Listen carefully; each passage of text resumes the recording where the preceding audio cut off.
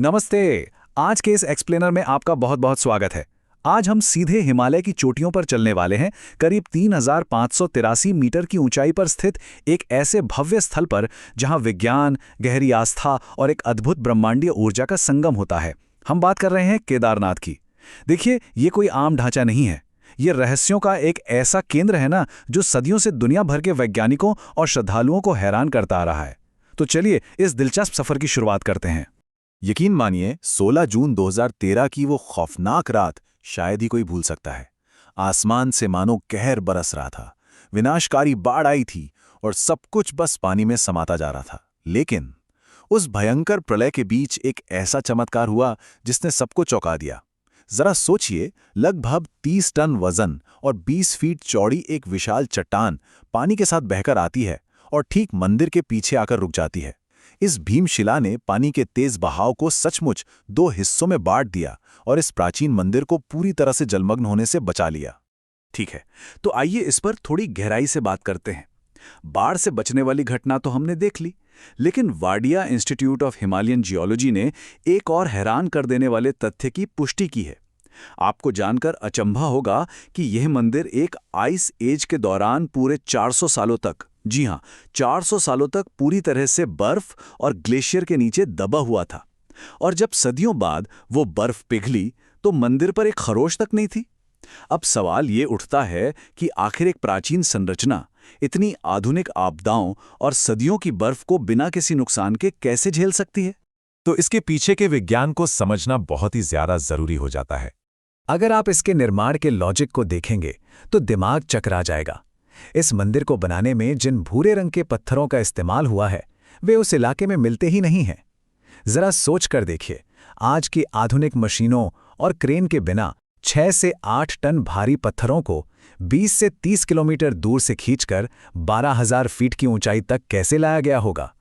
और उससे भी बड़ी पहेली है इसे बनाने का वैज्ञानिक तरीका, जिसे इंटरलॉकिंग टेक्नोलॉजी कहते हैं। इसमें पत्थरों को बिना किसी सीमेंट के बस एक दूसरे में बड़ी ही बारीकी से फंसाकर जोड़ा गया है।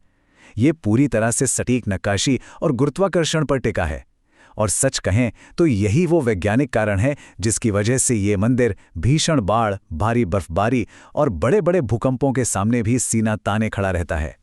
अब अगर हम बात करें कि ये मंदिर आखिर है कितना पुराना, तो हमारे सामने दो बिल्कुल अलग-अलग दृष्टिकोण आते हैं। एक तरफ भारतीय पुरातत्व सर्वेक्षण यानी एएसआई के कार्बन डेटिंग के हिसाब से ये मंदिर करीब 1200 से 1500 साल पुराना है। लेकिन दूसरी तरफ अगर हम हिंदू पौराणिक मान्यताओं को देखें तो ये मंदिर महाभारत काल के बाद का बताया जाता है, जिसका मतलब है कि ये 5000 से भी ज़्यादा साल पुराना है। खैर, इस विश्लेषण में हम किसी एक पक्ष को सही या गलत नहीं ठहरा रहे हैं, बल्कि विज्ञान के इन कठोर आंकड़ों और प्राचीन लोक कथाओं के इस खूबसूरत तालमेल को समझने की कोशिश कर रहे हैं।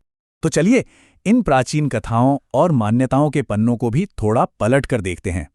अगर हम वैज्ञानिक डेटा से हटकर उन कहानियों की बात करें जो इस जगह की नींव में बसी हैं, तो कथा कुछ ऐसी है।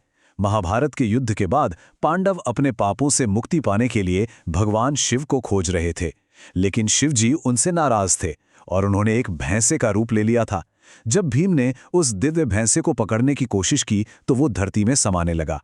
भीम के हाथ में केवल उसका कुबड़ आया, और क्या आप जानते हैं, वही कुबड़ केदारनाथ में एक बहुत ही खास त्रिकोणीय शिवलिंग के रूप में स्थापित हो गया। अब इस टेबल को देखिए, ये बड़ा ही दिलचस्प है। ये दिखाता है कि कैसे उस बैल के बाकी अंग अलग अलग जगहों पर प्रकट हुए। भुजाएं तुंगनाथ में, मुख रुद्रनाथ में, नाभि महाबलेश्वर में और जटाएं कल्पेश्वर में। और ये सभी पवित्र स्थान मिलकर आज पंच केदार कहलाते हैं। लेकिन आज हम जो केदारनाथ मंदिर का शानदार स्वरूप देखते हैं, उसका बहुत बड़ा श्रेय 8वीं शताब्दी के एक बेहद ही युवा और तेजस्वी विद्वान को जाता है, आदि शंकराचार्य। उन्होंने महज 32 साल की छोटी सी उम्र में इस मंदिर का पुनर्निर्माण करवाया और 4 धाम की स्थापना की। सबसे खास बात तो यह है कि उन्होंने पूजा की जो विधियां तय की थीं, उनका आज भी केदारनाथ में बिल्कुल कड़ाई से पालन किया जाता है। ऐसा माना जाता है कि उन्होंने अपने जीवन के अंतिम क्षण भी यहीं बिताए थे और उनकी समाधि आज भी मंदिर के ठीक पीछे एक बेहद पूजनीय स्थल के रूप में मौजूद है। और इस जगह तक पहुंचना अपने आप में एक अलग ही कहानी है।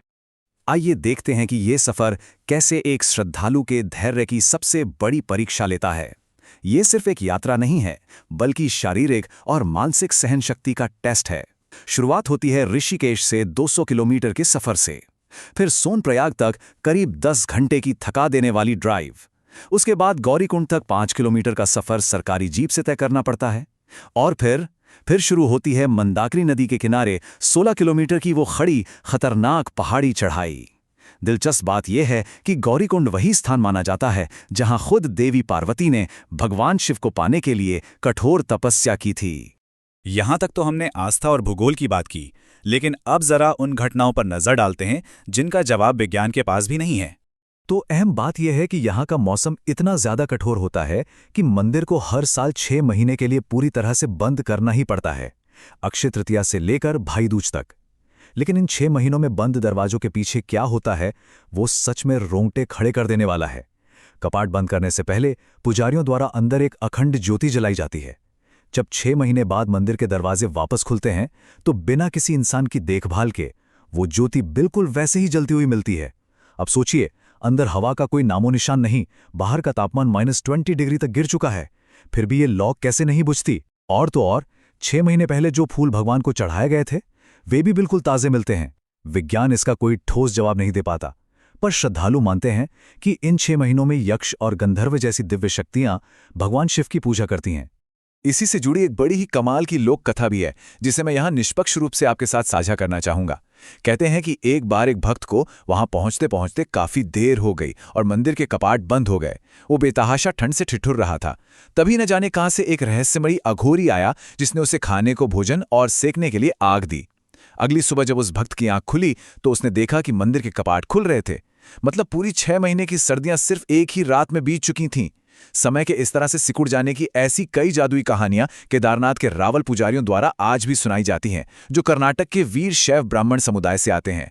चलिए अब रहस्य की इन कहानियों से निकलकर एक ऐसे भौगोलिक तथ्य की ओर चलते हैं जो आपका नजरिया ही बदल देगा।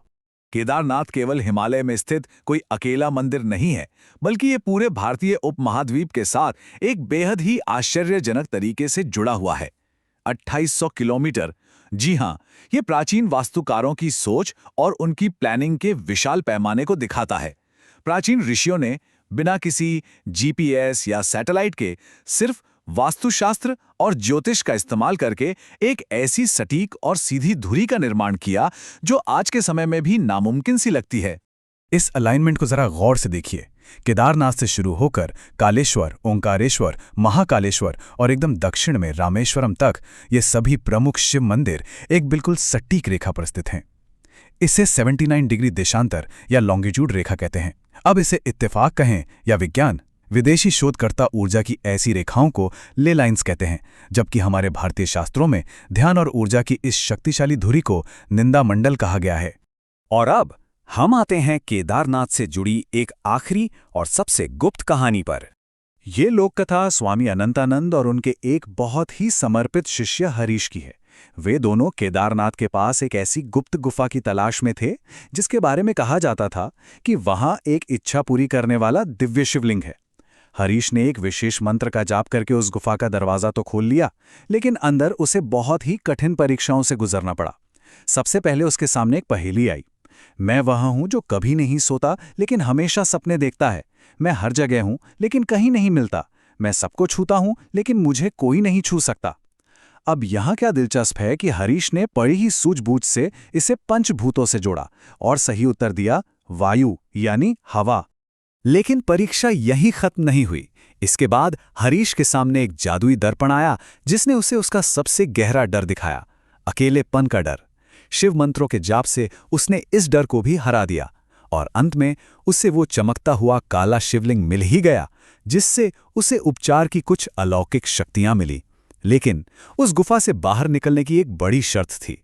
उसे अपनी सबसे प्रिय चीज, अपने गुरु का दिया हुआ रुद्राक्ष वहीं छोड़कर जाना पड़ा। ये एक बड़ा बलिदान था, लेकिन जब वो बाहर आया तो उसने उन्हीं शक्तियों से अपने पूरे गांव को एक भयंकर महामारी से बचा लिया। तो इस पूरे एक्सप्लेनर के अंत में हमारे दिमाग में एक बहुत ही बड़ा और दिलचस्प सवाल छूट जाता है। क्या आज भी ऊर्जा और शक्तियों से भरी वो प्राचीन रहस्यमयी गुफा इन विशाल हिमालय की गहराइयों में कहीं छिपी हुई है? देखिए, केदारनाथ केवल पत्थरों से बना एक मंदिर नहीं है। ये वो जगह है जहां निर्माण विज्ञान की सटीकता और पौराणिक कथाओं का गहरा विश्वास आकर एक हो जाते हैं।